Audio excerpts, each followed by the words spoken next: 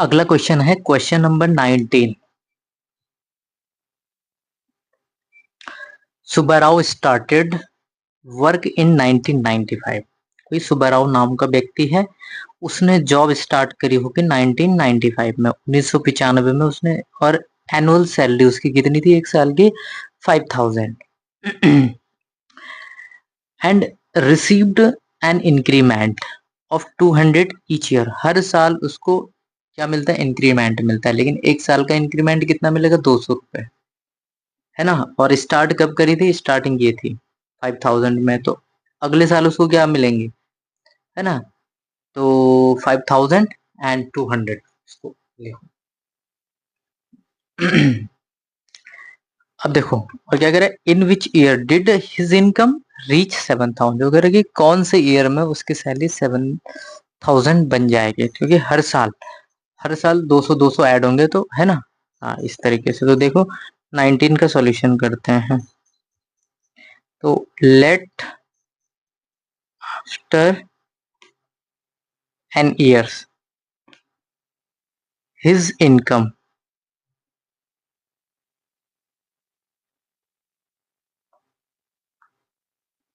Will be 7000। हमने मान लिया कि एन ईयर में, है ना, मतलब 5 साल में, 10 साल में। फिर हम कैलकुलेट कर लेंगे कि वो 5 साल या 10 साल कौन से ईयर में आ रहे हैं।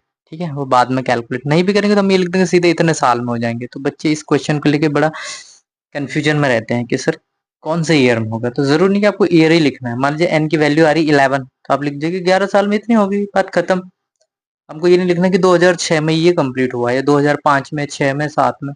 बट वो दोनों चीजें मैं बता दूंगा आपको। तो अभी तो हमने ये मान लिया कि एन साल के बाद उसकी जो इनकम है वो 7000 हो जाएगी। तो इसको एपी में अगर इसको कन्वर्ट करना चाहें तो 1995 में उसकी जो पहली सैलरी क्या रही होगी,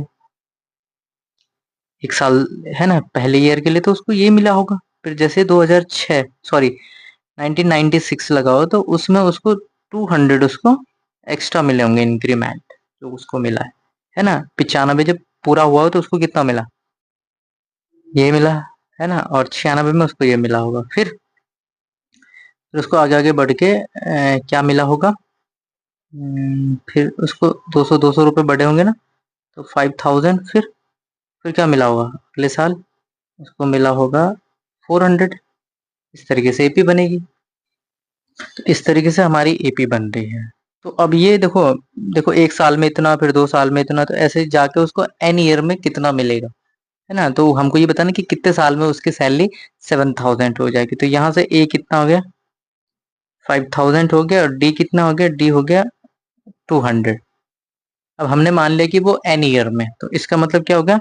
जो ए एन होगा वो हमारा क्या हो जाएगा? 7000 हो जाएगा, एनथ ईयर में। तो लास्ट टर्म क्या हो जाएगा? लास्ट टर्म हमने क्या मिला? 7000 पे तो हमको जाके रुकना, तो 7000 हमने ए एन के इक्वल ले लिया है। तो इस चीज को समझना है, क्योंकि हमने मान लिया कि एनथ ईयर में, है ना, एनथ ईयर में उसकी मतलब एन ईयर में उसकी जो सैलरी है वो 7000 बन जाएगी। तो यहाँ से a plus n minus 1 into d is equal to 7000 लिख देंगे। और यहाँ से अब कैलकुलेट करते, ए कितना हमारा 5000, एन माइनस 1 को ऐसे रखेंगे, डी कितना हमारा 200 इज इक्वल टू 7000। और इस तरह की इक्वेशन को सॉल्व करने के लिए मैंने सबसे आसान तरीका क्या बताया था?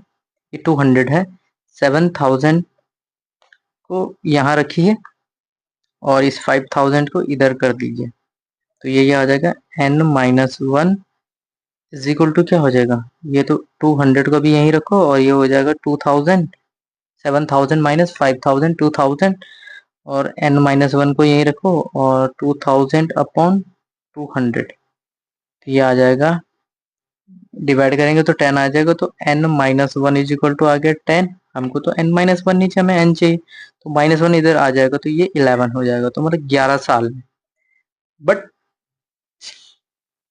जब उसने 1995 में शुरू करा होगा तो 11 साल बाद उसकी जो सैलरी हुई वो 7000। लेकिन वो कह रहा है कि इन विच ईयर। एक्चुअल में वो आपसे यही पूछ रहा है कि कौन से ईयर में। बस आप 11 साल आगे चले जाइए। तो 95 से 96 में, पहली सैलरी कब हुई होगी उसकी? 96 में हुई होगी। 200 रुपए कब बढ़े होंगे?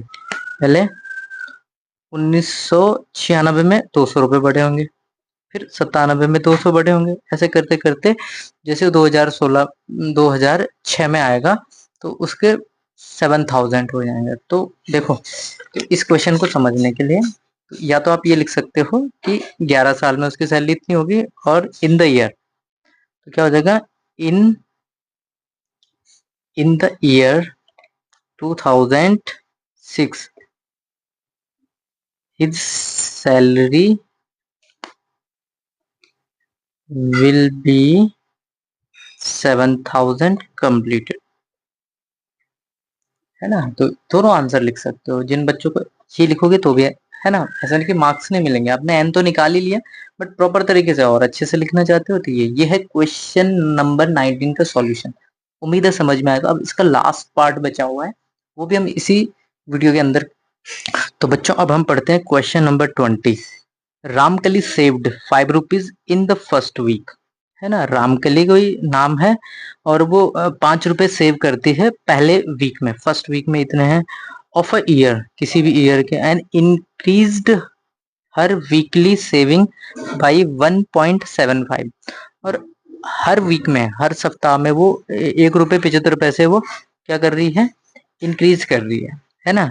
हाँ, और क्या कह रहा है कि इन द एनथ वीक में हर salary saving income this find the, मतलब उसने क्या करे, ऐसा करते करते उसने एन वीक तक इसको क्या करा, उसने सेविंग करती गई, है ना। इंक्री सेविंग प्लस इंक्रीमेंट करते रहे, तो और उसका टोटल कितना हो गया, इतना हो गया। तो हमको बताना है कि 20 रुपये 75 पैसे होने के लिए उसको कितने वीक लगे होंगे, find the number of weeks, है ना। तो वही मान लीजिए क्या है, 20 का सॉल्यूशन है। तो सबसे पहले आपको क्वेश्चन समझ में आ गया होगा। तो लिखने का तरीका क्या है, अगर हम एपी को बनाना चाहें तो क्या होगा, फर्स्ट टर्म, तो एपी के लिए फर्स्ट टर्म क्या हो जाएगा, फर्स्ट टर्म हो जाएगा कि पहले उसने 5 रुपए इंक्रीमेंट करा, फिर अगले सप्ताह ना, फर्स्ट वीक में 5 रुपए, फिर अगले में क्या कर दिया उसने, 5 रुपए तो थे ही, उसने उसमें 1.75 भी इंक्रीमेंट कर दिया, मतलब इंक्रीज कर दिया। फिर क्या हो जाएगा, फिर अगेन थर्ड में क्या हो जाएगा, 1.7 1.75 ये करा, फिर 1.75 ये अगेन ऐड करते हैं, तो इस तरीके से एपी बनेगी। तो मैं इसको सही तरीके से लिख देता हूँ। फर्स्ट टर्म हो जाएगा ये, और ये हो जाएगा 6.75, और ये हो जाएगा 5 6 7 और 8, 8.5 हो जाएगा। इस तरीके से बढ़ती जाएगी, ठीक है। तो इस तरीके से एपी बन जाएगा। तो ये जो 1.75 है ना, ये एक फिक्स अमाउंट, वो हर बार हर अगले नेक्स्ट टर्म में वो इतना ही ऐड कर रहा है, तो ये डी का काम कर देगा। तो यहाँ पे ए हो जाएगा 5, और डी क्या हो जाएगा, जो वो इंक्रीज कर रही है ना 1.75, वो हर टर्म में इस चीज को ऐड कर रही है, ये डी का काम करेगा। और अब हमको क्या बताना है कि कौन से, उसने क्वेश्चन में ही कहा है कि वो एनथ ईयर में, मतलब एनथ वीक में वो जो पैसा है उसका कितना हो जाता है, 20.75, 20 रुपये 75 पैसे हो जाते हैं। तो कह रहा है कि ये एन ही निकालना, तो हमको पता है इसका फॉर्मूला रखेंगे। ये बड़ा सिंपल क्वेश्चन था। तो ए प्लस एन माइनस 1 इंटू में डी इज इक्वल टू 20.75। ए कितना है, 5 है, एन हमको फाइंड करना है, डी कितना है 1.75 इज इक्वल टू 20.7। बहुत सारे बच्चे कहते सर अभी आपने इंटू नहीं लगाया, तो यहाँ पे माइनस नहीं है ना, तो कुछ नहीं है, तो वो इंटू ही दिख रहा है, ठीक है ना। हाँ, चाहे तो इंटू लिख लो। तो इसको सॉल्व करने का वही तरीका, बार बार मैं कहता हूँ, आसान तरीका रख लो जिससे कैलकुलेशन में दिक्कत ना होती। ये +5 इधर आएगा तो ये -5 हो जाएगा। इसको सॉल्व करेंगे तो कितना हो जाएगा,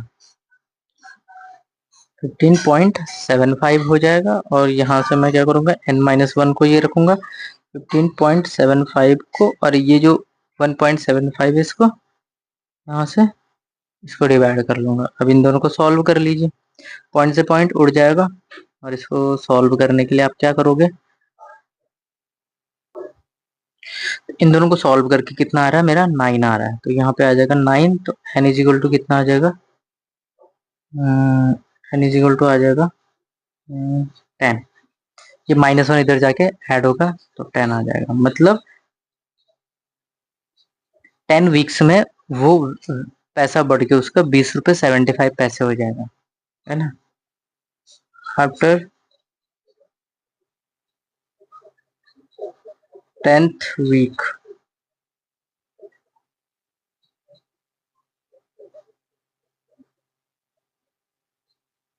हर सेविंग विल बी 20 रुपीज 75 पैसे, इतना हो जाएगा, है ना। हाँ, तो ये था इसका लास्ट पार्ट, और उम्मीद है कि क्वेश्चन नंबर 20 का सॉल्यूशन भी आपको समझ में आ गया होगा। कुछ खास नहीं है, बस थोड़ा सा लिखना पड़ता है प्रॉपर तरीके से, ठीक है।